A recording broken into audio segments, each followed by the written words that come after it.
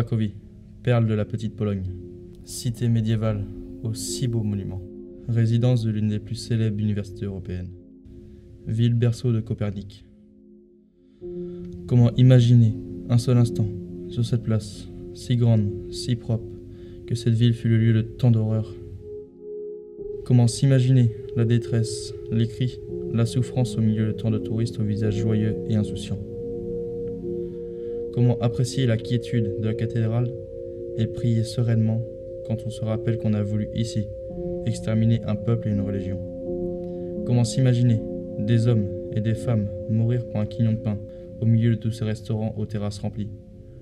Comment s'imaginer l'horreur, la barbarie, quand à mon âge, 20 ans, au centre de cette place magnifique, où, il y a plus de 70 ans, mouraient par milliers des jeunes de 20 ans, juste parce qu'ils étaient juifs.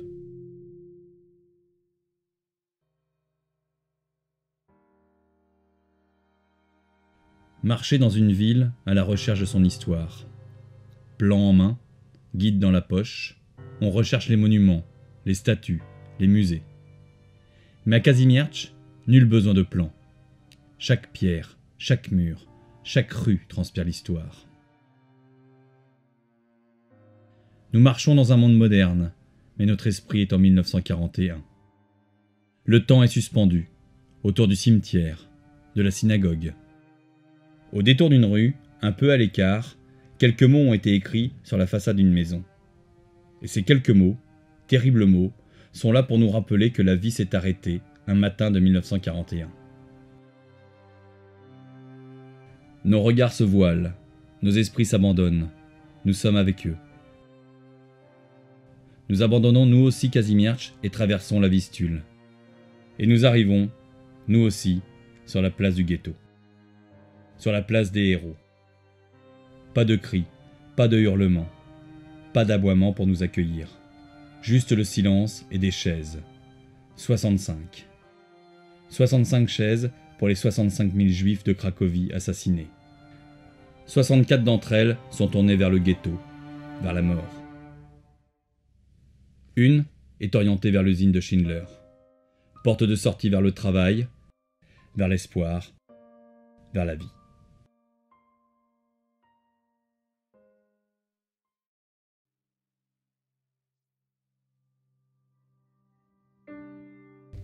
Casque audio sur les oreilles, chaudement vêtus pour affronter les moins 12 degrés de l'hiver polonais.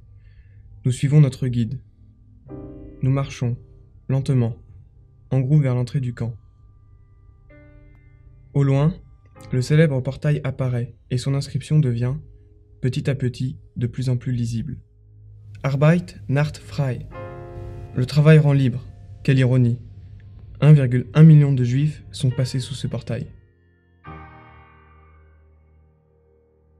Puis les premiers bâtiments de 3 étages en briques rouges apparaissent, innombrables. Nous déambulons, serrés, silencieux, en écoutant quasi religieusement notre guide. On y observe les paillasses, les cuisines, l'infirmerie et même la prison de la prison. Nous avons froid et nous avons un peu honte d'avoir froid. Petit à petit, nous les imaginons, ces détenus, innocents, marcher dans la boue froide, attendre des heures et des heures durant que l'appel cesse, repasser une énième fois sous le porche au son d'un funeste orchestre. Revenir après 15 heures d'un travail inutile vers le camp, et s'allonger sur une paillasse à attendre que la mort vienne les délivrer. Juste parce qu'ils étaient juifs? Juste parce qu'ils étaient juifs.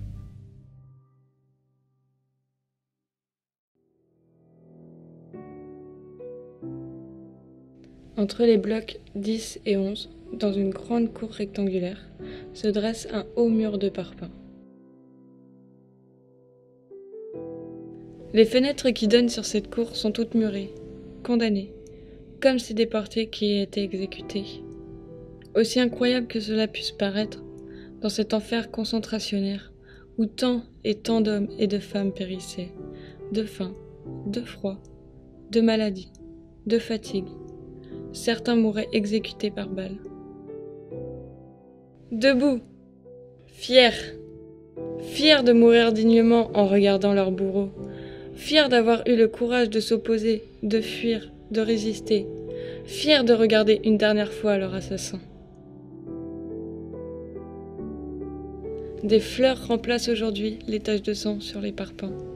Aux cris des déportés succèdent les silences des visiteurs, qui n'imaginent pas qu'on puisse condamner à mort un homme déjà mort.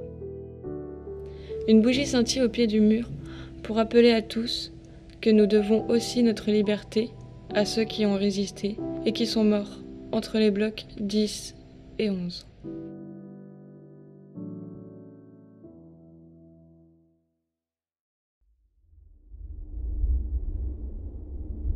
C'est un bloc de béton situé vers la sortie du camp.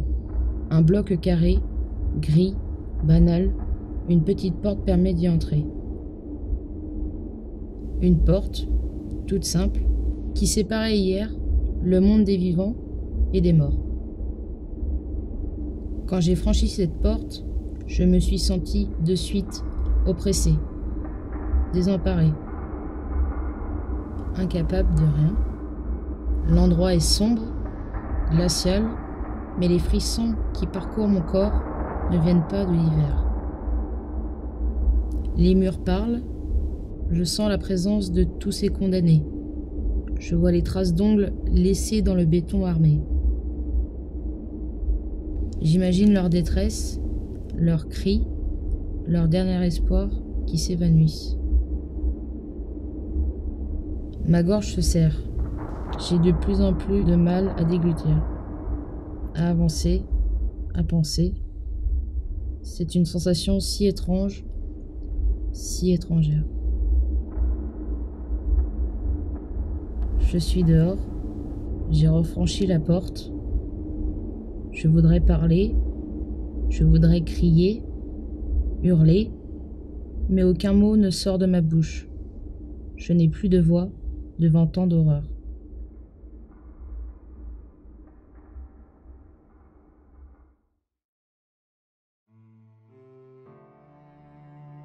Je l'ai vu tant et tant de fois, et c'est toujours la même image. Ce porche immense qui se dresse à l'entrée du camp. Ce porche, au loin, c'est la première chose que voyait le conducteur du train. La première fois qu'il est passé dessous, il ne se doutait peut-être de rien. Il transportait des passagers vers un camp de travail. Les déportés, innocents, eux aussi ne se doutaient de rien. Ils allaient travailler et les cheminées au loin les rassuraient. Un peu.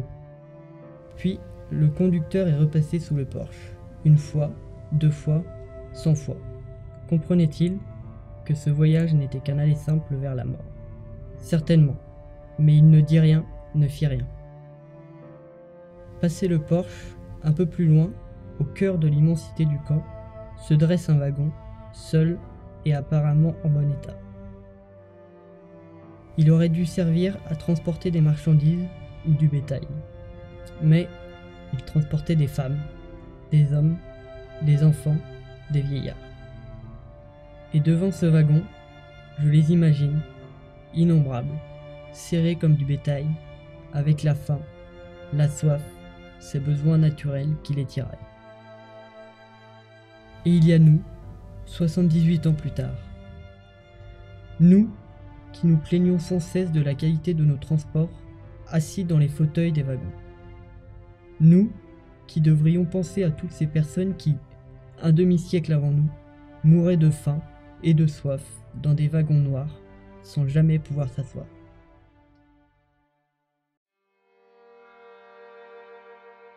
Me voilà arrivé devant lui. Le frisson qui me parcourt me fait prendre conscience d'où je suis. La journée est belle, ensoleillée, mais j'ai froid. Je marche lentement au cœur des bâtiments que j'ai maintes et maintes fois vus à la télé, dans les livres, en cours. Et là, je prends conscience. Conscience de l'immensité du camp. On me dit que 2 cheminées dressées représentent un baraquement. Combien sont-elles? Je ne sais pas. Je n'ai pas le courage de les compter. Le malaise s'amplifie. Je regarde derrière moi. Le groupe ne parle plus. Et dans ma tête, Les questions affluent. Inutile de les poser au guide, au prof, aux copains. Je sais qu'il n'y aura pas de réponse. Comment l'être humain peut-il imaginer et construire une telle structure à des fins mortifères? Comment des hommes et des femmes pouvaient-ils assumer cette tuerie et la rendre aussi banale que de prendre un café? À quel point étaient-ils persuadés de faire le bien en exécutant, gazant et en laissant mourir d'épuisement et de faim des femmes, des enfants, des vieillards, des innocents? Au loin, un anonyme a posé une petite fleur au bout de la voie de chemin de fer, dans l'axe du porche. Je l'observe. Cette simple fleur est bien plus qu'un simple hommage. C'est la trace de la mémoire, celle que nous ne devrons jamais oublier. Jamais.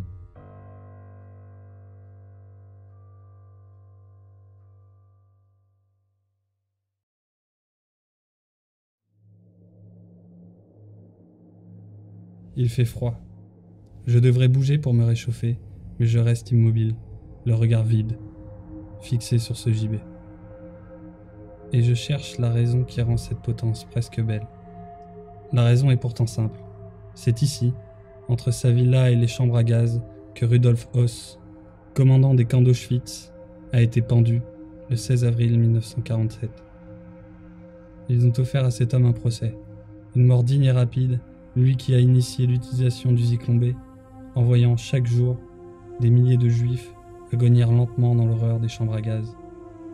Pendant ce temps, Höss menait une vie familiale paisible dans sa villa, à quelques mètres de là. Je suis un fervent opposant à la peine de mort. Pourtant, un parfum de justice règne autour de cette potence. L'idée me réchauffe un peu. Tous ces crimes ne sont pas restés impunis. Mais en quittant l'enfer d'Auschwitz, mon sang reste glacé en réalisant ce que des hommes ont infligé à d'autres hommes. Il ne faudra jamais oublier l'horreur des camps. Jamais. Car c'est la connaissance de cette histoire qui désormais nous protège.